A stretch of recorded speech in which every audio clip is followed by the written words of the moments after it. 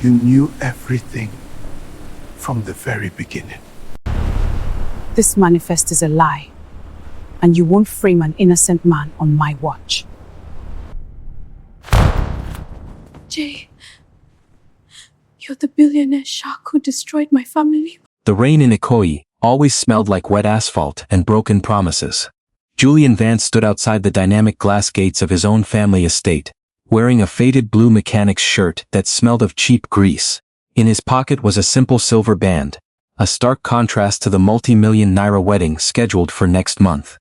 He had stripped away his billionaire name to find a genuine soul, but what he discovered inside that luxury compound tonight didn't just shatter his upcoming marriage, it completely rewrote his past. Money didn't change people. It just unmasked them when they thought no one was looking. Hello everyone, and welcome to today's story. Before we begin, don't forget to like this video and subscribe to the channel so you won't miss more emotional, dramatic, and surprising stories ahead. Be sure to leave a comment telling us where you're watching from. We'd love to hear from you. 3 months before the wedding bells turned into a funeral march for Julian's trust. The illusion was perfect. Julian Vance was 32 years old, but his shoulders often felt like they carried the weight of an entire century. As the sole heir to Vance Logistics, one of the largest supply chain empires in West Africa, his daily life was a relentless blur of boardrooms, media cameras, and financial targets. To the rest of Lagos, he was a god of industry. His face stared back from the shiny covers of elite business magazines, and his name was whispered with absolute reverence in the exclusive clubs of Victoria Island. Yet, every single evening, Julian returned to a penthouse that felt less like a home, and more like a beautifully designed velvet cage. The view overlooked the sprawling city lights, but the glass always felt freezing to the touch. He was trapped in a perpetual cycle of transactional relationships. It seemed like every handshake carried a hidden invoice, and every warm smile came with a request for investment capital. This deep isolation made him incredibly cynical, especially when it came to his impending high society wedding. He was scheduled to marry Elena Cole, the stunning daughter of a prominent banking tycoon. It was a match made in corporate heaven, a beautiful merging of old money and new infrastructure. Everyone called it a beautiful billionaire romance drama, the fairy tale of the year.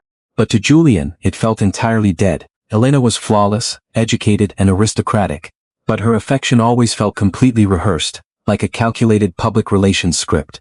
The breaking point arrived on a Tuesday evening during a massive family charity gala. The ballroom was filled with the glittering elite of Lagos, all sipping imported champagne and bidding on art pieces to show off their generosity. Julian was standing near the back of the room, watching his mother and Elena hand over a giant, oversized novelty check to a local orphanage representative. The cameras flashed aggressively, capturing their bright, perfectly timed smiles. Julian felt a rare surge of warmth, thinking that, despite the vanity of the event, at least his family was doing something genuinely good for the less fortunate. He truly wanted to believe that human kindness could exist in this circle. But the warmth evaporated less than 10 minutes later. While walking down a quiet, dimly lit hallway toward the executive restrooms, Julian overheard his mother and Elena speaking near the terrace. His mother was laughing softly, her voice carrying a sharp, condescending edge. She told Elena that the orphanage photo op would completely bury the recent negative press about their port workers' wage disputes. Elena chimed in, her voice entirely devoid of the warmth she had shown on stage. She laughed and said that poor people were incredibly easy to satisfy. All it took was a little public attention, and a fraction of their pocket change to keep them quiet. Julian stopped completely in his tracks, his breath hitching in his throat. The words cut through him like a blade, exposing a truth he had spent years trying to ignore. His family's legendary philanthropy was nothing more than a calculated marketing strategy, a cyclical tool used to manipulate public perception and maintain their iron grip on power. The realization that his mother and his future wife viewed human suffering as a mere corporate tax write-off disgusted him to his very core. He looked down at his expensive tailored suit and suddenly felt dirty just wearing it. He realized that in this world of endless wealth, human dignity was completely non-existent. That very night, Julian made a radical, desperate decision. He realized he couldn't go through with the wedding, nor could he continue running a company from a high throne without knowing the truth about the people at the bottom. He needed to know if genuine love, kindness, and loyalty still existed in the world. or if everything was just a transaction. He decided to execute an extreme social experiment. He would strip away his name, his money, and his elite status entirely. He would become a billionaire pretending to be poor, stepping directly into the shoes of the very laborers his family corporate empire exploited every single day. The next morning, the transformation began in absolute secrecy. Julian rented a tiny cramped room in a working-class neighborhood far away from the wealthy enclaves of Ikoyi. He locked his luxury watches in a secure vault and packed away his designer clothes, replacing them with plain heavy denim pants and cheap faded cotton shirts. He bought a battered, heavily used pickup truck that rumbled loudly and smelled strongly of old motor oil. He then used a completely fake identity, registering himself in his company's system under the simple, unassuming alias of Jay. He applied for a low-income entry-level position as a night shift delivery driver at his own company's chaotic warehouse. His closest childhood friend and corporate legal counsel, David, was the only person who knew the truth. David sat across from him in Julian's private office, staring at the employment paperwork, with a look of absolute horror and disbelief. He told Julian that he was completely losing his mind, reminding him that the Pauper port docks were incredibly dangerous, brutal, and unforgiving for someone raised in luxury. David warned him that the world of the poor wasn't a game or a vacation, and that his psychological wounds were driving him toward absolute disaster. But Julian simply shook his head, his expression entirely firm and unyielding. He looked David in the eyes and said he would rather face the harsh, gritty truth of the streets than spend the rest of his life drowning in an expensive lie. A few days later, the experiment officially began. Julian stood in the dim, flickering light of a security office at the edge of the Pauper port docks, waiting to sign his new employment contract. The air was incredibly thick and stifling, heavy with the suffocating scent of diesel fuel, salty sea air, and burning trash. Massive shipping containers towered over him like metal giants, and the distant, mechanical roars of cranes echoed through the night. He looked down at the clipboard in his trembling hands, feeling a profound surge of anxiety he hadn't experienced since his very first corporate board meeting. He was completely on his own now, stripped of his protective armor. He took a deep breath, gripped the cheap plastic pen, and signed the name J at the bottom of the page. As he handed the contract back to a gruff, exhausted security guard, Julian felt a sudden strange mix of terrifying vulnerability and absolute freedom. He turned around and stepped out into the sweltering, chaotic heat of the active loading docks, ready to face whatever the real world had in store for him. But as he walked toward the roaring flatbed trucks, his mind was so consumed by his own mission that he completely failed to notice a dark, tinted sedan parked quietly in the shadows across the street. Its headlights switched off as a long camera lens quietly tracked his every single movement. The morning sun over the Pauper port did not bring light.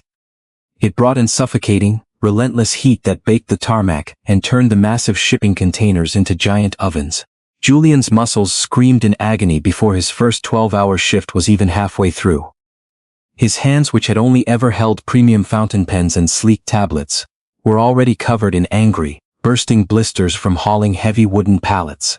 The dust from the gravel yard coated his throat, making every breath taste like rust and exhaust fumes. He quickly realized that his theoretical understanding of logistics meant absolutely nothing down here on the ground. To the rough warehouse foreman, a massive bad-tempered man named Chief Alao, Julian was just another nameless body, an unskilled transient worker who was moving entirely too slow. Chief Alao stood on the raised loading bay, barking orders through a cracked megaphone while swatting at flies. He noticed Julian struggling with a rusted iron hand truck, and immediately zeroed in on him like a predator. The foreman marched down the concrete steps, his heavy boots booming, and shoved Julian roughly out of the way. He yelled into Julian's face, demanding to know if he was a delicate prince or a worker, mocking his soft hands in front of the entire laughing crew.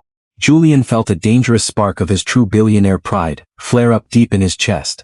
He had to bite the inside of his cheek so hard it bled, just to stop himself from firing the man on the spot. He had to remind himself that to change the system, he first had to survive it as a victim.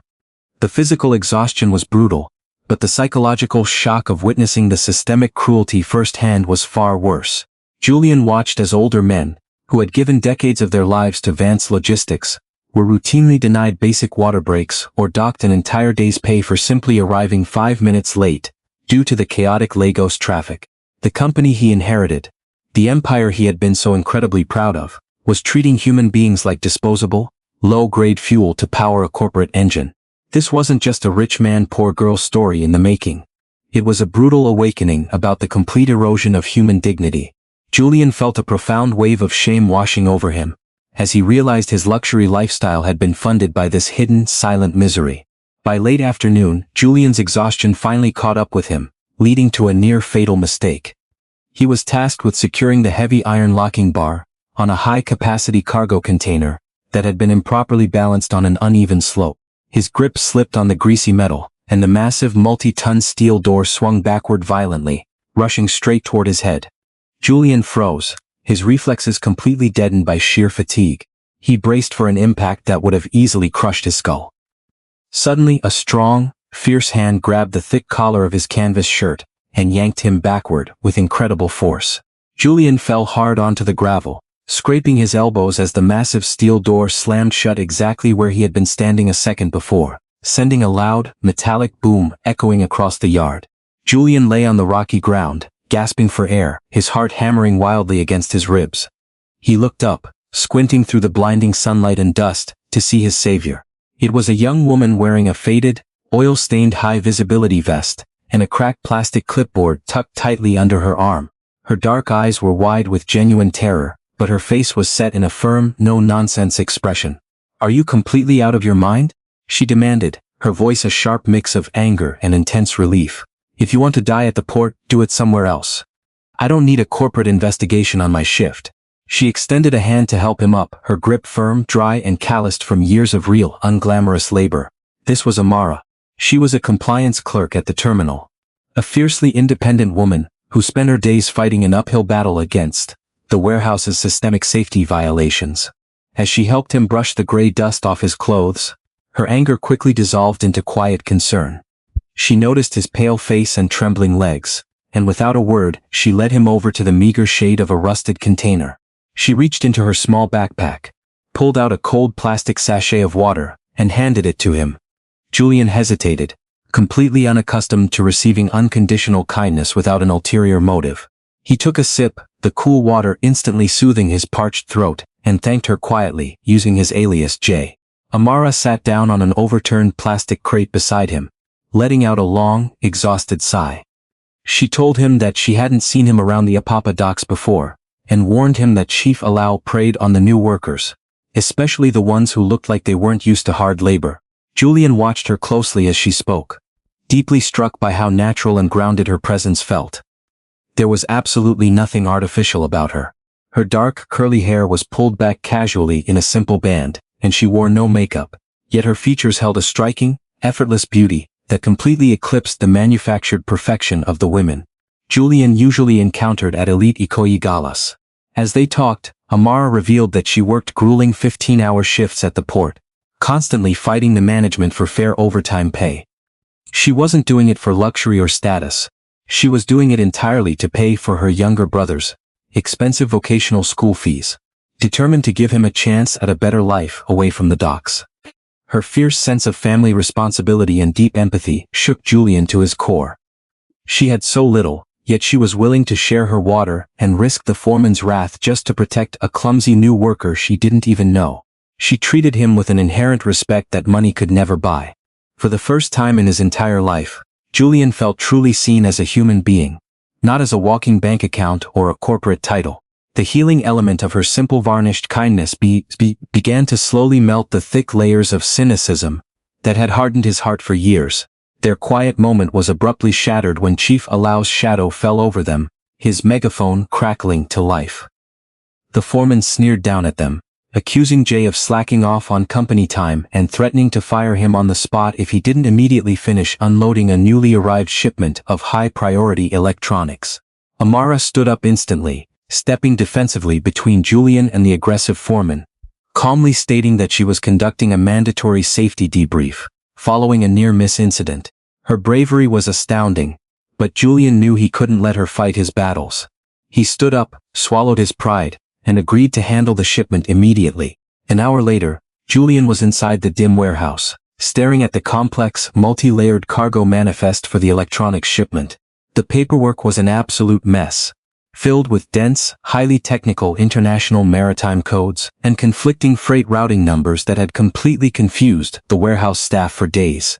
The logistics chain was failing, causing a massive bottleneck at the loading dock. Without thinking, Julian's high-level executive training completely took over. His mind, sharpened by years of managing global supply networks, analyzed the data instantly. He took a stubby pencil and quickly crossed out 3 redundant transit codes on the manifest, rapidly rewriting the distribution schedule into a highly streamlined, flawless sequence. He muttered to himself, speaking aloud about optimizing the container turnaround times to bypass the corrupt customs bottleneck at the main terminal gate. Where on earth did a low-wage driver learn how to recalculate a multimodal freight manifest? Julian froze instantly, the pencil hovering just centimeters above the paper. The cold sweat of sudden panic broke out across the back of his neck. He turned around very slowly to find Amara, standing directly behind him in the narrow aisle. She was leaning against a stack of wooden crates, her arms tightly crossed over her chest. She wasn't looking at him with sympathy anymore. Her sharp eyes were narrowed to tiny slits, locked onto his face with a deep, piercing intensity that made Julian feel completely naked. She walked forward slowly, picking up the modified manifest, her gaze shifting from the highly sophisticated corporate handwriting back to his terrified eyes. Julian forced a rough laugh, his heart slamming violently against his ribs as he desperately tried to maintain his composure.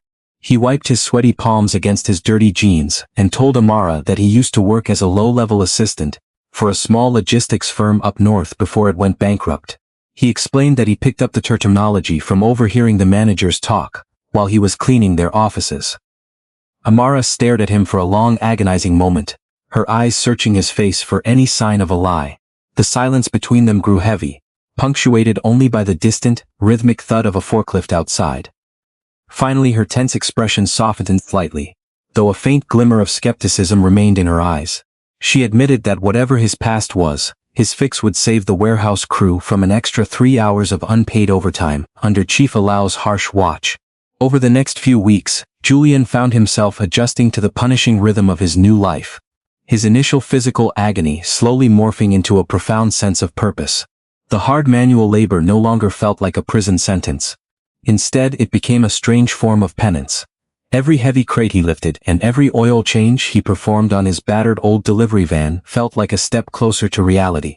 He began spending almost all of his free time after shifts with Amara, their organic, slow-burn emotional connection growing deeper with each passing day. They fell into a natural routine, helping each other finish their tasks so they could share a quiet moment away from the chaos of the main terminal. Julian was completely captivated by her resilience, finding a rare healing peace in her presence that he had never experienced in his entire life. One warm evening, after spending nearly 2 hours under the hood of Amara's ancient, sputtering delivery van, Julian finally managed to jump-start the stubborn engine. To celebrate, Amara dragged him to a small, brightly lit roadside stall just a few blocks from the port to buy them a modest dinner of roasted plantains and grilled fish. They sat on 2 unstable plastic stools on the uneven sidewalk, surrounded by the loud, energetic sounds of the evening rush hour. The simple food tasted better to Julian than any 5-star meal he had ever eaten at the exclusive restaurants in Victoria Island. He looked at Amara, who was laughing heartily as she wiped a smudge of pepper from her cheek, and felt a profound surge of emotion. He realized that this woman, who possessed so little in the eyes of society, was giving him the truest wealth he had ever known. Julian found himself constantly contrasting this genuine, unvarnished peace with the hollow, highly transactional weekends he was still forced to endure.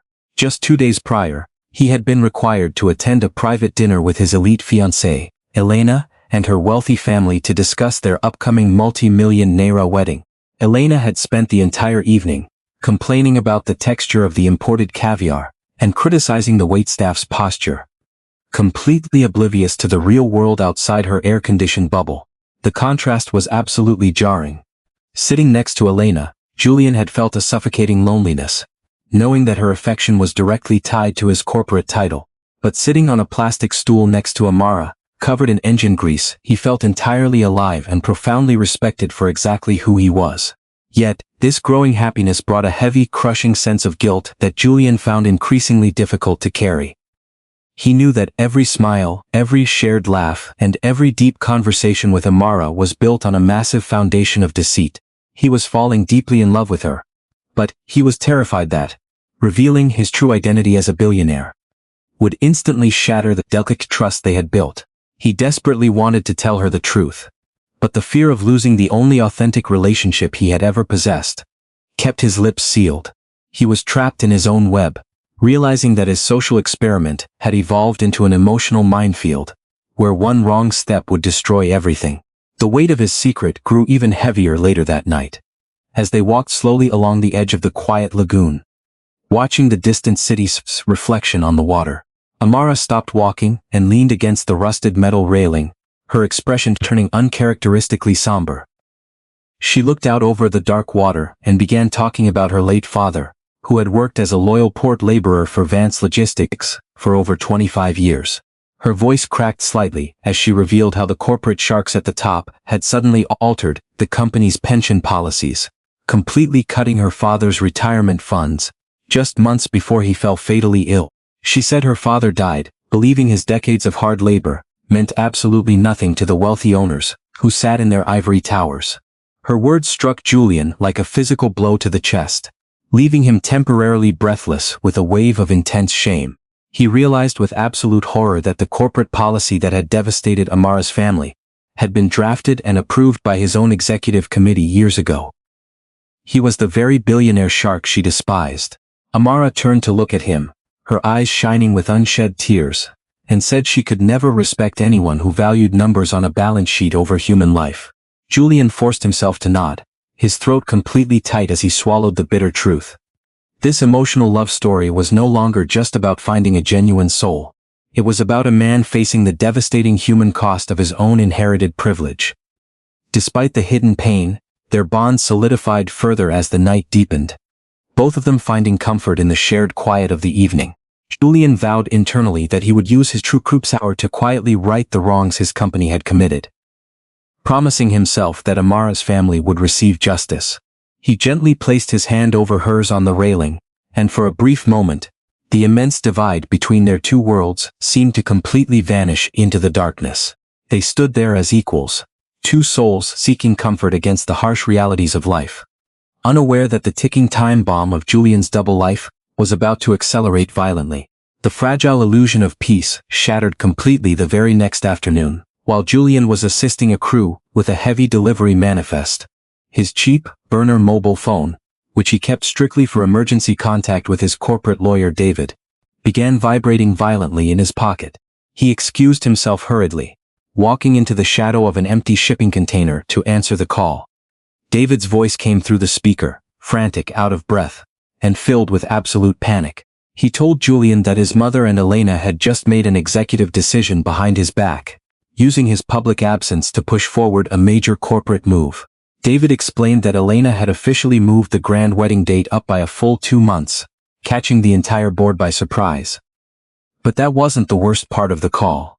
David dropped his voice to a tense whisper, revealing that Elena had insisted on holding the massive, heavily publicized pre-wedding media ceremony at the very port terminal where Julian was currently working.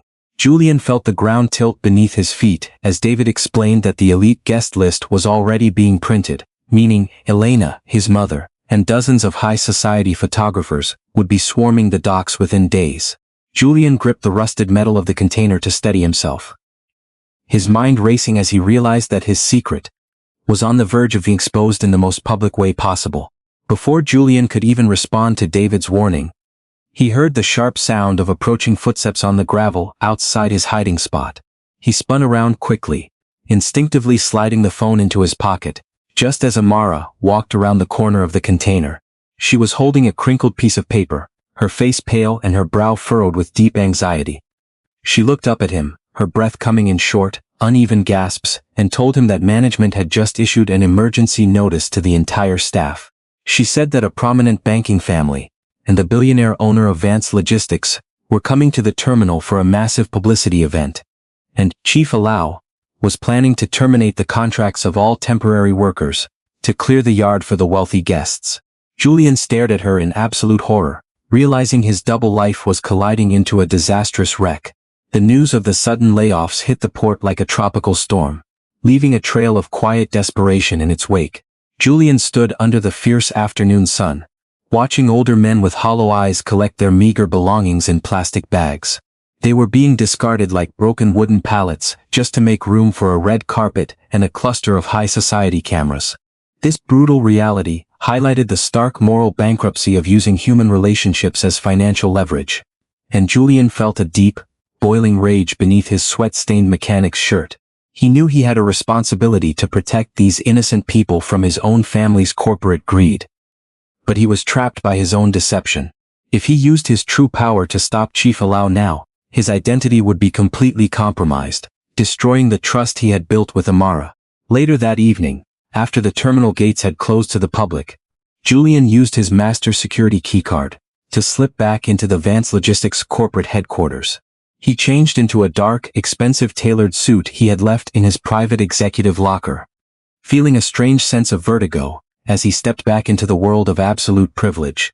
Sitting at his pristine mahogany desk, he initiated a secret, high-level audit of the port's financial records, focusing directly on the joint venture banking merger his mother was pushing. As an undercover billionaire, navigating a maze of corporate deceit, his advanced financial training allowed him to see what others missed. Within 2 hours of digging through encrypted digital ledgers, he uncovered a massive, multi-million naira discrepancy in the port counts that pointed straight back to the Cole family bank. The discovery left Julian completely breathless, his mind reeling as the puzzle pieces began to lock together with terrifying precision. The upcoming wedding wasn't a romance, and it never had to do with mutual affection. It was a cold, calculated corporate acquisition carefully engineered by Elena and her father to siphon off Vance Logistics assets, to cover their own bank's massive hidden debts. Elena was using the pre-wedding media frenzy as a smokescreen to fast-track the merger before Julian's executive committee could spot the bleeding balance sheets. Julian stared at the glowing monitor, his alpha male trust issues flaring up with a vengeance, as he realized how thoroughly he had been targeted by the woman he was supposed to marry. The contrast between the two women in his life could not have been more profound. Elena, born into immense wealth, was willing to ruin thousands of innocent workers' lives just to maintain her family's fraudulent high society status. Meanwhile, Amara, who lived in a cramped apartment and struggled to buy food, possessed a wealth of character that money could never purchase. This realization deepened Julian's emotional stakes, transforming his social experiment into a desperate battle for justice. He knew he couldn't let this fraudulent merger happen, not just to save his own empire, but to protect the livelihoods of the dockworkers who had accepted him as one of their own. The next day, Julian returned to the sweltering heat of the Apapa docks, his mind exhausted from a lack of sleep. He wore his faded blue shirt and worked alongside the men, his heart heavy with the crushing weight of the double life he was leading. Amara noticed his distraction immediately, handing him a warm meat pie during their brief afternoon break. She spoke softly about her brother's upcoming graduation, her eyes shining with hope despite the impending layoffs. She told him that money wasn't everything, and that who a person was on the inside mattered so much more than what they owned. Her simple, unvarnished kindness served as a powerful healing element for Julian's fractured soul, giving him the strength to continue his dangerous game, to gather the undeniable proof he needed to expose the fraud without revealing himself too early. Julian knew he had to monitor the local port management. Later that night, under the cover of a sudden, torrential downpour, he slipped into the main security monitoring hub at the edge of the terminal. The regular night guard was away on a scheduled break, leaving the vast wall of live CCTV monitors completely unattended. Julian manually overrode the secure encryption protocols, bypassing the warehouse firewalls, to access the high-definition feeds, overlooking the private management bungalows near the water. His fingers froze over the keyboard as camera 14 came into sharp, crystalline focus. The private office inside the bungalow was softly lit, and standing directly by the window was Chief Alao, nodding deferentially to a guest. The camera angled slightly, revealing the face of the visitor who had arrived in an unmarked luxury sedan with tinted windows. It was Elena Cole. She was wearing an elegant silk scarf to shield herself from the rain, her face twisted into a sharp, commanding expression that Julian had never seen during their formal dinners in Ikoyi. Julian leaned closer to the monitor, his heart hammering against his ribs like a trapped bird. On the silent screen, Elena slid a thick, padded manila envelope across the desk toward the corrupt foreman. Chief Alao opened it slightly, his greedy face lighting up as he counted a massive stack of high-denomination Naira notes. Elena then pulled out a set of official corporate shipping manifests, pointing aggressively at specific container numbers that matched the high-priority electronic shipment Julian had optimized just days earlier. It was clear they were finalizing the logistics for a massive, illegal diversion of assets under the guise of the pre-wedding chaos. Julian watched in absolute silence, a cold, deadening feeling spreading slowly through his chest as he witnessed the full depth of his fiancée's betrayal. She wasn't just stealing from his company. She was actively using the corrupt foreman to frame the temporary yard workers for the theft, creating a perfect legal scapegoat. Elena looked toward the window, her beautiful cold eyes seeming to stare directly through the camera lens at him. Julian gripped the edge of the desk so hard, his knuckles turned stark white, realizing that the trap was already closing around him and the workers, leaving him with less than 48 hours to stop an absolute catastrophe. The psychological toll of living two entirely different lives was rapidly tearing Julian apart from the inside out. By morning he was sweating in a stained uniform, breathing in diesel fumes, and lifting heavy cargo containers under the mocking gaze of Chief Alao. By evening, he was forced to transform back into Julian Vance, the billionaire heir, enduring stilted phone calls with his mother about floral arrangements and media seating charts. This intense self-alienation created a deep painful rift in his mind. He felt like a ghost haunting his own life, a man belonging to two worlds but truly accepted by neither. The constant shifting of identities made him question his own reflection in the mirror, blurring the lines of his reality until he could barely remember which version of himself was the lie. The tension reached a boiling point on Saturday, when Julian was forced to attend a high society pre-wedding gala, organized by the Cole family at an ultra-exclusive hotel in Victoria Island. The ballroom was a dizzying display of unimaginable wealth, filled with corporate executives, foreign investors, and flashing cameras. Elena looked radiantly cold in a diamond-encrusted gown, her smile mechanically perfect as she introduced Julian to a circle of high-ranking banking regulators. Julian stood there physically, nodding politely on cue, but his mind was entirely elsewhere. He felt a deep, sickening disgust as he watched Elena play the part of a loving fiancée, knowing with absolute certainty that she had met secretly with Chief Alao just 48 hours prior to finalize a massive corporate theft. The shallow vanity of the gala felt like a suffocating trap, prompting Julian to slip away to the outdoor terrace, just to breathe the cool night air. As he looked out over the distant, dark waters of the lagoon, his thoughts immediately drifted back to the port. He contrasted this hollow, expensive gathering with what he was scheduled to do the very next afternoon. He had promised to help Amara organize a modest community celebration for her younger brother's graduation from vocational school. The sheer psychological contrast was jarring enough to give him vertigo. In this luxury ballroom, a shocking romantic twist was brewing beneath the surface of a fraudulent merger.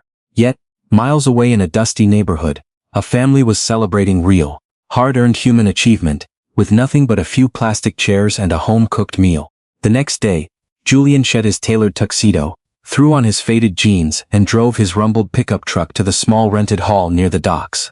The atmosphere was loud, chaotic, and bursting with genuine joy.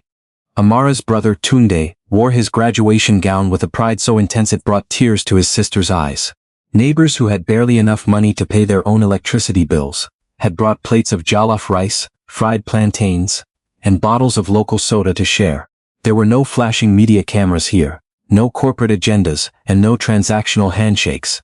There was only a profound, beautiful display of community solidarity and deep family bonds. Amara looked completely radiant in a simple cotton dress, her laughter ringing out clearly over the loud music, playing from a distorted speaker. At one point during the celebration, she walked over to Julian, handing him a cold drink and pulling him toward a quiet corner near the entrance. She looked up at him, her dark eyes shining with an intense unfiltered gratitude that made Julian's chest tighten, with a mixture of profound love and crushing guilt. She told him that Tunde could never have finished his studies without your constant encouragement and help fixing their delivery van over the past weeks. She looked him directly in the eyes and said that his presence in her life had given her a sense of peace she hadn't felt since her father passed away. Her words struck Julian with the force of a physical blow, sending a wave of intense emotion washing through his entire soul. He realized that Amara's genuine, unwavering belief in Jay's potential had done something his billions never could. It had completely healed his deep-seated cynicism and cured his alpha male trust issues. He understood now that true wealth was never measured by the height of a penthouse or the size of a corporate portfolio.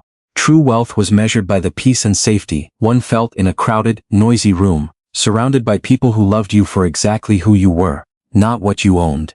This powerful humanistic lesson grounded him completely, solidifying his determination to protect this woman and her community from the corporate wolves circling his empire. But the beautiful illusion of safety was destined to be incredibly short-lived. On Monday morning, the pressure cooker of Julian's double life finally fractured beyond repair. Amara was sitting at her small compliance desk at the port terminal, reviewing the security manifests for the upcoming Billionaire media event. Her supervisor suddenly stormed into the room, tossing a highly confidential corporate document onto her desk, and demanding she deliver it immediately to the head office in Ikoyi for an emergency signature. Amara glanced at the paperwork, her heart stopping when she saw that the document detailed the immediate termination of all temporary dock workers, including Jay. Effective the moment the media gala concluded, Amara felt a surge of fierce, protective anger on behalf of the man who had shown her family nothing but kindness. She refused to let Jay be discarded like trash without a fight. She grabbed the file, walked out of the terminal, and boarded the first available transit bus, straight to the Vance Logistics corporate headquarters.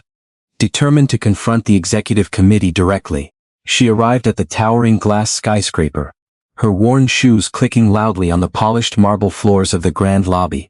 The sophisticated security guards tried to turn her away, but her fierce determination as a compliance clerk allowed her to flash her official port credentials and bypass the main reception, riding the glass elevator straight to the restricted executive penthouse floor.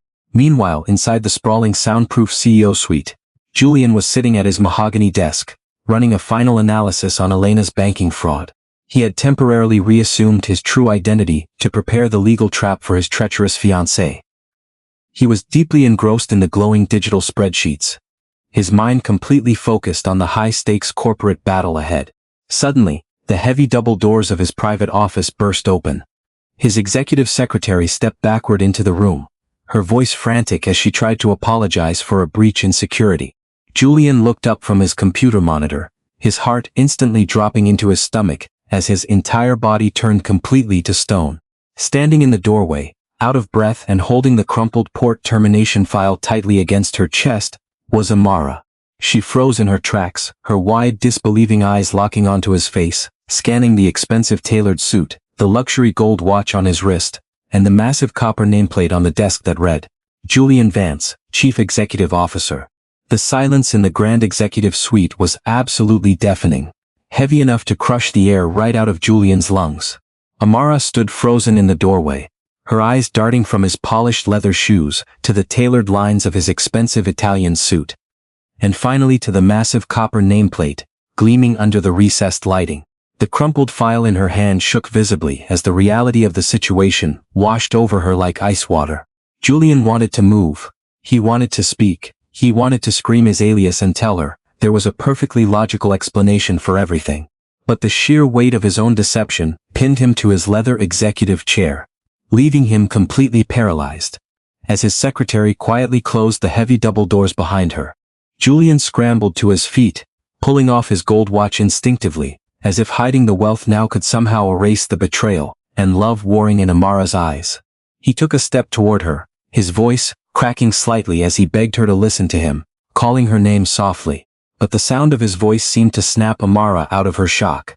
She took a sharp step backward, her face twisting into an expression of raw, unadulterated disgust that cut Julian deeper than any corporate knife ever could.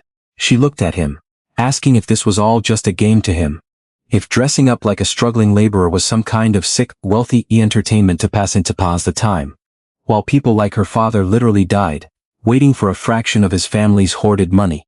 Before Julian could even answer her, a sharp, flashing light on his desk telephone broke the agonizing tension. David's voice blasted through the private line. completely frantic and utterly unaware of the human tragedy unfolding inside the office. David warned Julian that Chief Allow had just initiated an emergency lockdown at the port loading dock, falsely accusing the temporary night shift drivers of orchestrating a massive multi-million-naira theft of the high-priority electronics shipment. The corrupt foreman was already calling the local police to the scene to execute an immediate mass arrest, creating a perfect legal scapegoat to cover up Elena Cole's banking fraud. Julian's face drained of all color as he looked at Amara, realized that the trap Elena had set was snapping shut completely ahead of schedule. Amara heard the voice over the speaker, her protective compliance clerk instincts instantly overriding her personal heartbreak. She looked at Julian, her tears spilling over, as she realized that her brother's friends, the honest men who had just shared jollof rice and celebrated, on Sunday, were about to be thrown into a brutal jail cell for a crime they didn't commit. She demanded to know if he was going to sit up here in his ivory tower and watch them get ruined, or if his fake identity as Jay carried even a single shred of real human responsibility. Julian knew he couldn't use his true billionaire power to call off the police or fire Chief Allow over the phone, without triggering a massive corporate investigation that would alert Elena and destroy the evidence he had gathered. He had to go back to the mud, back to the docks, and face the conflict as a man, not just a name on a corporate building. He looked at Amara, promising her on his father's memory that he would protect the men, even if it meant destroying his own name in the process. Respect for human dignity meant standing up for justice regardless of the personal cost, and Julian was finally ready to pay that price. He grabbed his old blue mechanic's shirt from his locker, abandoning the luxury office as they rushed toward the elevators together. They drove back to Pauper in a tense, suffocating silence, the heavy afternoon rain beginning to tap aggressively against the windshield of Julian's luxury vehicle. When they arrived at the terminal gates, the scene was absolute chaos. Two blue police trucks with flashing lights were already parked outside the main warehouse, their sirens wailing loudly against the dull roar of the port. A crowd of frightened temporary laborers was being forced against a chain-link fence by armed officers, while Chief Allow stood under a large umbrella, pointing a fat, greedy finger at the men and shouting accusations of grand theft into a megaphone. Julian threw open his car door and ran into the pouring rain, shoving his way through the gathering crowd of onlookers, with Amara close behind him. Chief Allow noticed Jay pushing through the perimeter and immediately sneered, barking into the megaphone that the ringleader had finally arrived to join his criminal friends. The foreman marched toward Julian, flanked by two heavy-set police officers, waving a forged inventory manifest that falsely listed Jay's delivery van as the primary vehicle used to smuggle the stolen electronics out of the secure yard. Amara didn't hesitate for a single second. She stepped aggressively between the armed officers and Julian, her voice ringing out with absolute authority as she held up her official compliance logbook. She shouted that the inventory manifest was a completely fraudulent document, revealing that she had personally logged those specific electronics containers as untouched just 2 hours ago. She openly accused Chief Allow of falsifying the records to cover up a pre-arranged corporate diversion, risking her own job security, her safety, and her entire career to defend a man she still believed was a penniless driver. Her immense bravery and fierce loyalty to justice provided a profound humanistic lesson for everyone watching, proving that real integrity belongs to those who stand up for the vulnerable. Chief Allow's face turned a dangerous mottled purple, with rage as he realized a low-level clerk was disrupting his lucrative payday. He violently slapped the compliance logbook out of Amara's hands, sending the papers scattering into the wet mud. The foreman turned to the police sergeant, shouting that the girl was clearly an accomplice to the theft, and demanding they arrest them both immediately. A heavy officer stepped forward, his hand gripping a pair of cold iron handcuffs as he reached roughly for Amara's wrist. Julian felt something primitive and absolute snap deep inside his chest. He lunged forward, his powerful arms swinging around to intercept the officer's hand, slamming his own body in front of Amara to shield her from the rain and the law. He looked Chief Allow directly in the eyes, his voice booming over the sound of the sirens and the downpour, with a terrifying executive authority that made the entire yard suddenly drop into a dead, shocked silence. Julian told the foreman to take his hands off her, declaring that the only person getting arrested today was Chief Allow himself. The foreman laughed nervously, mocking Jay for acting like a big man, and ordered the officers to lock him up. But the sergeant hesitated, suddenly noticing the unmistakable, dangerous air of extreme power, radiating from the dirty mechanic standing in front of him. The wet asphalt felt cold beneath Julian's boots, but his chest burned with an agonizing fire as the screaming sirens blurred into a low muffled hum. Standing in the pouring rain, shielding Amara from the armed officers, his mind suddenly fractured under the immense psychological pressure of the confrontation. The cold metal of the handcuffs flashing in the light triggered something deep within his subconscious, violently pulling him away from the chaotic docks. His vision swam, the gray Lagos sky dissolving entirely into a dark, suffocating memory from a decade ago. It was a time before the absolute power, before the global shipping lines, and before the heavy armor of his billionaire name had been forged from the ashes of a devastating betrayal. 10 years earlier, Julian had been a naive 22-year-old graduate, overflowing with idealistic dreams and an unyielding faith in human nature. He had partnered with Marcus, his absolute best friend since childhood, to launch a modest maritime brokerage firm, using a small loan from Julian's father. Julian had trusted Marcus completely, sharing his private keys, his family's personal financial documents, and his innermost vulnerabilities without a single second thought. But human greed has a terrifying way of corrupting even the deepest family bonds. Within 2 years, Marcus had systematically embezzled millions from their shared corporate accounts, expertly altering the digital paper trail to place the absolute legal blame entirely on Julian's elderly father. The psychological shock of that ultimate betrayal had been swift and utterly fatal. Julian would never forget the suffocating heat of that Tuesday afternoon, when federal fraud investigators abruptly stormed his family's modest living room. His father, a man of absolute honor, who had spent his entire life building a reputation of untarnished integrity, looked at the forged arrest warrant and collapsed to the floor, his heart skipping out under the sheer weight of the false accusation. Julian had held his father's trembling hand as the paramedics desperately worked, listening to the man's final gasping breaths. His father didn't use his last moments to curse the friend who had ruined them, or to demand financial revenge. He looked into Julian's weeping eyes and whispered a profound, haunting plea, telling him never to let the coldness of the world destroy his capacity for compassion, and to find a partner who loved the man inside, not the empire he would inherit. That singular, tragic moment completely rewrote Julian's entire psychological blueprint. His father's sudden death left him deeply traumatized, giving birth to the severe, unyielding alpha male trust issues that would dictate his adult life. Julian inherited the remnants of the logistics company, but he locked his heart away in a dark, impenetrable vault, viewing every single relationship as a potential knife, waiting to slide into his back. Every handshake became a contract. Every romantic interest became a potential corporate spy. He built a towering wall of absolute privilege and detached coldness around himself, believing that isolation was the only true form of emotional survival. He became a king who ruled with an iron fist, completely forgotten how to see the basic, human dignity of the individuals working beneath his throne. It was this unresolved, festering historical trauma that had ultimately driven him to execute his radical social experiment at the ports. He hadn't put on the faded blue mechanic's shirt as a game or an amusement. He had done it as a desperate, dying cry to see if his father's final words were actually true. He needed to find out if a human being could truly be chosen and loved entirely for their character, separate from the lifestyle and the suffocating wealth. And in the gritty, unglamorous dirt of the Pauper docks, against all of his cynical expectations, Amara had inadvertently breached his walls. Her fierce, unconditional kindness had provided a powerful, slow-acting healing element for his oldest psychological wounds, showing him that genuine honor and sacrificial love still existed in the real world.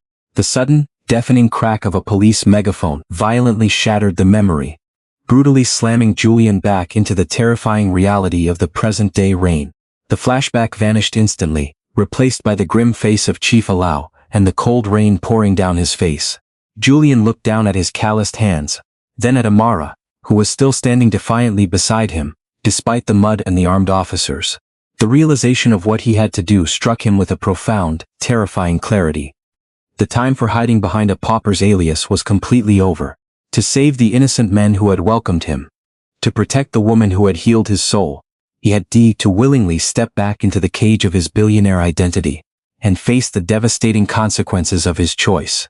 Julian straightened his posture, his shoulders dropping the submissive slouch of a laborer, and assuming the absolute, imposing command of a powerful executive. He gently but firmly moved Amara behind his back, stepping directly into the space of the heavy-set police sergeant, who was still holding the iron handcuffs. The rain soaked through his blue uniform, but the look in Julian's eyes was so intensely cold and authoritative that the entire squad of officers instinctively took a collective step backward, their training recognizing the unmistakable aura of extreme wealth and high-level social power. Chief Allow sneered loudly, shouting to the police sergeant to stop hesitating and lock the criminal driver up before he incited a riot among the yard workers. But Julian didn't flinch. He reached into the secure, water-resistant inner pocket of his mechanic's shirt and pulled out a sleek, matte black encrypted satellite telephone that was registered exclusively to the highest executive tier of Vance Logistics.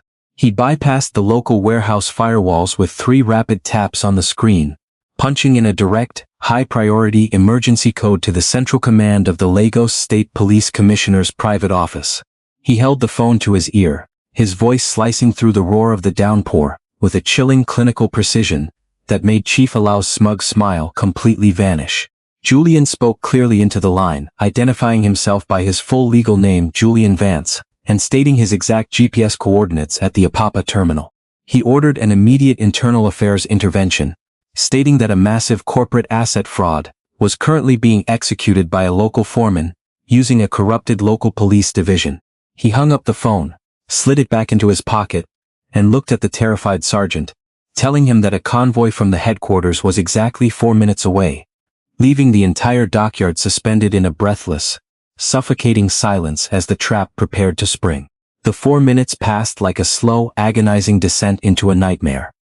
True to Julian's word, the heavy silence of the dockyard was shattered by the screech of high-performance tires piercing through the torrential rain. 3 sleek black luxury SUVs, bearing the unmistakable silver crest of the Vance corporate elite, slammed through the terminal gates.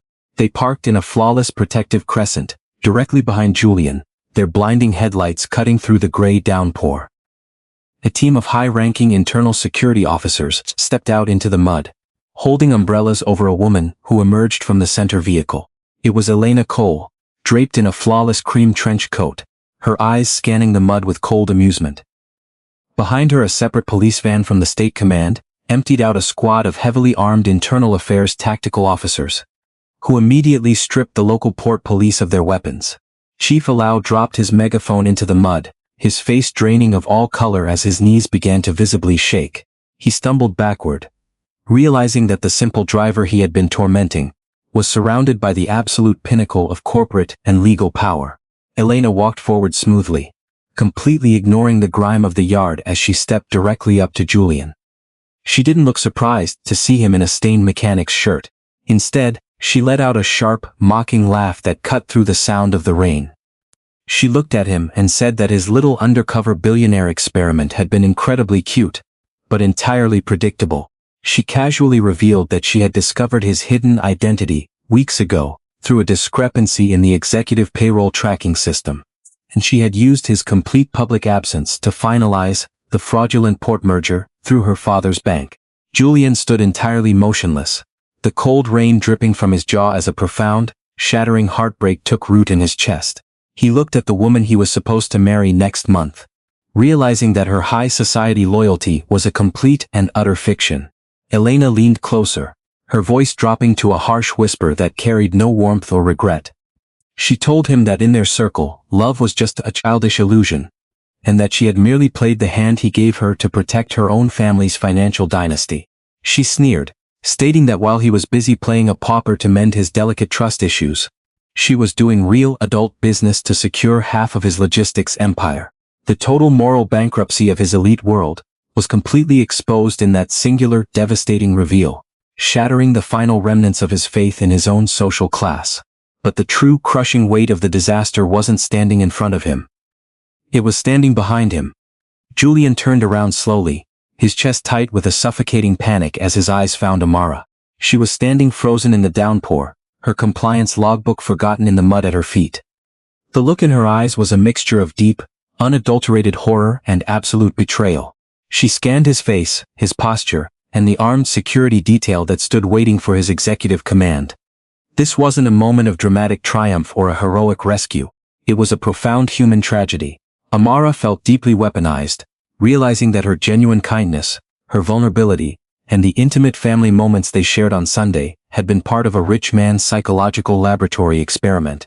Julian took a desperate step toward her, his hands extended, his voice trembling as he tried to find the words to explain the immense guilt and the true love he felt for her. He begged her to understand that his feelings for her were the only real thing left in his life, and that he had only lied to protect himself from the very corruption standing across the yard. He told her that she had healed his cynicism, and that he never meant to turn her life into a test. But compassion and kindness cannot be tested like a scientific experiment without destroying their sacred value. Honesty is the absolute foundation of all human dignity, and Julian had violated that foundation entirely. Amara looked at him, her chest heaving as tears mixed freely, with the cold rain streaming down her face. Her voice, when she finally spoke, was incredibly quiet, but it carried a force that completely drowned out the roaring sirens in the storm. She told him that the most terrifying thing about betrayal is that it never comes from an enemy. She said she had risked her safety, her livelihood, and her entire future to defend a penniless man named Jay, because she believed every human being deserved respect, regardless of their status. But Julian Vance didn't need her protection. He was just a king looking down from his high throne, playing with the lives of ordinary people, to see if they were worthy of his precious trust. Elena watched the emotional fallout with a cold, aristocratic smirk, telling Julian to stop wasting his breath on a low-level port clerk, and to focus on the legal documents her lawyers were preparing. She reminded him that despite his anger, the merger paperwork had already been processed through her bank, and that he couldn't undo the corporate trap without destroying his own family's financial standing.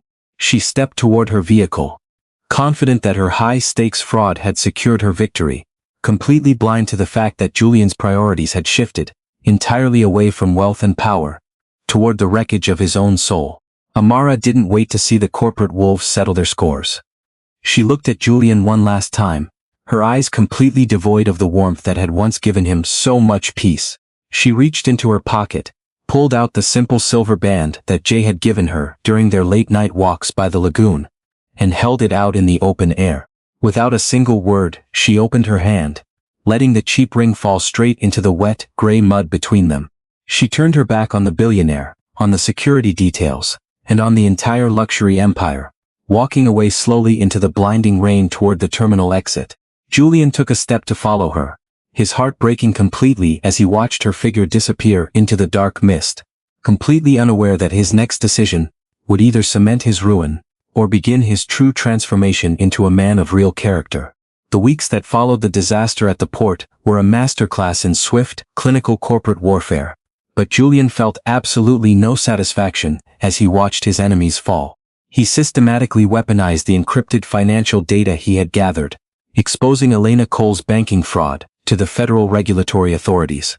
The multi-million naira joint venture merger was permanently dismantled, and by the end of the month, the Cole family banking empire was collapsing under the weight of criminal indictments and public disgrace. Chief Alao was stripped of his position and faced a lengthy prison sentence for his role in the asset diversion. Yet, as Julian sat alone in his massive quiet penthouse overlooking the Lagos skyline, the victory tasted completely hollow. He realized that revenge was just a superficial distraction from a much deeper, agonizing pain. True healing required him to completely re-examine his own actions, rather than just punishing the people who had wronged him. Julian finally understood that his social experiment, no matter how well-intentioned, had treated real human lives as variables in a wealthy man's test. He knew he had to take absolute responsibility for the damage his family's empire had inflicted on the working class. He officially restructured Vance Logistics into a worker-owned cooperative, guaranteeing fair wages, permanent medical coverage, and reinstating the full, lost pensions of every single veteran dockworker, including Amara's late father. He did not issue a public relations press release or take photos for magazines. He did it quietly, learning that true respect for human dignity is a silent obligation, not a tool for corporate branding. Despite his immense longing to see Amara, Julian firmly refused to use his immense wealth or corporate influence to force her back into his world. He didn't send expensive gifts. He didn't show up at her apartment in a luxury vehicle. And he didn't have his private assistants track her down. He understood that using his power to corner her would only deepen the psychological wound he had caused. He had to give her space, respecting her autonomy and her right to be angry. He spent his evenings staring at the empty space on his desk, where her compliance logbook used to be, adjusting to his grief while focusing entirely on his own internal growth as a leader. 2 months later, David walked into Julian's office, sliding a small, unglamorous business card across the mahogany desk. David reported that Amara had completely cut ties with the port terminal. Refusing to accept any of the retroactive financial compensation Julian had quietly authorized for the staff. Instead, she had used her own meager personal savings and a small community loan to launch an independent, grassroots compliance consulting firm. She was working out of a cramped, non-air-conditioned office in a bustling, low-income commercial district near Yaba. Julian stared at the cheap cardboard card, a profound surge of respect and quiet awe washing over him. Amara was maintaining her absolute independence, refusing to let a rich man's money define her future. This discovery provided Julian with the clear, humanistic path to redemption he had been searching for. He realized that if he wanted to earn her forgiveness, he had to meet her entirely on her own terms, stripping away his executive privilege once again. He didn't call her office to schedule a formal corporate meeting. Nor did he send a team of legal representatives to offer her a contract. The next morning, he left his luxury vehicle behind, took a crowded public transit bus down to the noisy streets of Yaba, and walked through the dusty corridors of the commercial building until he found her modest wooden door. The office was incredibly small, containing nothing more than 2 plastic chairs, a rusted metal filing cabinet, and a single desk where Amara sat reviewing a stack of local trade manifests. The rhythmic hum of a cheap standing fan was the only sound in the room. Julian knocked gently on the open door frame, his heart hammering against his ribs exactly like it had on his very first night at the loading docks. Amara looked up from her paperwork, her entire body instantly freezing as she recognized him. She didn't scream, she didn't cry, and she didn't throw him out. She simply leaned back in her chair, her dark eyes locking onto his face with a calm, guarded intensity that made Julian feel completely exposed. Julian didn't step into the room like a wealthy CEO offering a massive financial handout to a struggling startup. He stood in the doorway, holding a simple unsealed folder containing his company's newly restructured internal safety manifests. His voice was quiet, direct, and entirely devoid of the smooth, practiced confidence of his billionaire persona. He looked her in the eyes and said he wasn't there to ask for her forgiveness, because he knew he hadn't earned it yet. He explained that he was there as an applicant, presenting a real business proposal to the most thorough, honest compliance clerk he had ever known. He laid the folder gently on the edge of her desk, stepping back to give her space. He told her that Vance Logistics had officially transitioned into a cooperative model, and they desperately needed an independent, uncorruptible auditor to ensure that the management never exploited the dock workers ever again. He stated that the contract was completely on her terms, and that she would have the full legal authority to shut down any terminal that violated human safety guidelines, reporting directly to the workers' union, rather than to him. Amara looked down at the documents, her fingers slowly tracing the edge of the folder as she processed the structural changes he had implemented. She realized that Julian hadn't just come to make an emotional apology.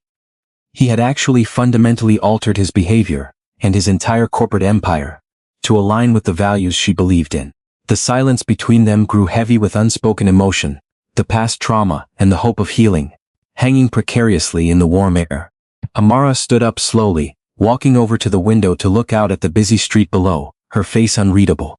Julian waited by the door, entirely motionless, realizing that understanding and compassion were the only currencies that mattered now. He knew that even if she rejected the contract and told him to leave forever, he would still respect her decision. Because true love means placing the other person's dignity above your own desires. Amara turned around to face him, her expression softening just a fraction as she prepared to give her final answer. Amara stood by the window for a long time, watching the heavy afternoon traffic creep along the dusty streets of Yaba. The cheap standing fan hummed rhythmically between them, cutting through the heavy, tense air of the small office. Julian waited near the door, his heart pounding in his chest, entirely stripped of his billionaire pretense. He didn't push her for an answer. He didn't use smooth executive persuasion. He simply stood there as a man waiting for a verdict he knew he might not deserve. Finally, Amara turned around slowly, her dark eyes looking at him with a calm, piercing clarity that held no trace of the old anger. She walked over to the desk and picked up the thick folder, containing the restructured internal safety manifests. She looked at the terms he had laid out, seeing his signature alongside the legal guarantees that protected the dockworkers. She told him quietly that she appreciated that she had breed what he had done for the men at the port, and that her father would have been proud to see the changes in the company. But she looked him directly in the eyes and said that a corporate contract, no matter how generous, could never buy back the piece of her heart that had broken in the rain. Honesty was a boundary she refused to compromise on, and she needed him to understand that her self-respect was not up for negotiation. Julian nodded slowly, a lump forming in his tight throat as he absorbed her words. He told her that he understood completely, and that he didn't expect a signatures or a contract to erase the manipulation she had suffered. He admitted that his experiment as a billionaire, pretending to be poor, had started out of pride and a deep fear of being used, but in trying to protect his own heart, he had carelessly broken hers, treating her genuine kindness as a test. He looked at her with complete, unvarnished vulnerability, and said that he was willing to wait as long as it took to prove that the man she met at the docks was the real version of him. Amara studied his face, scanning the quiet humility in his posture that completely contrasted the powerful CEO who had ruled from the Ikoyi skyscraper. She saw that he had completely dismantled the corporate privilege that used to define him, choosing to stand in her hot, cramped office as an equal. She set the folder down gently on the desk. A soft, weary smile finally touched her lips, breaking the heavy ice that had separated them for months.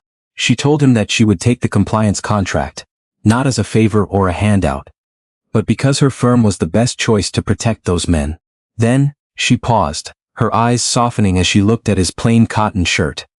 She said that she was finished with Jay the driver, and she was certainly not interested in Julian Vance the untouchable billionaire. But if he was just Julian, a man who finally understood that human dignity matters more than a balance sheet, she was willing to sit down with him. She asked if he knew a quiet place nearby where they could get a cup of completely honest coffee, as equals, with absolutely no secrets between them.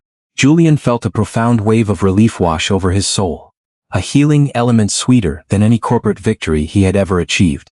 They didn't instantly rush into each other's arms, and they didn't force a neat, cinematic happy ending. They understood that building a real future required time, healthy boundaries, and absolute transparency. They walked out of the small office together, stepping onto the busy sidewalk as the late afternoon sun finally broke through the clouds, warming the streets. Looking back, Julian realized that his painful journey had rewritten his entire definition of wealth. Money can buy attention, status, and fear, but it can never purchase a single shred of true loyalty or character. This emotional love story wasn't about a rich man saving a poor girl. It was about a broken man being saved by a woman's unyielding integrity. Every human being deserves respect, and real love remains the one thing that must be earned through humility and time, never bought. If Julian's journey taught you that a person's true value is found in their integrity rather than their bank account, please consider hitting the like button and subscribing to the channel. Leave a comment below with your thoughts on his choice.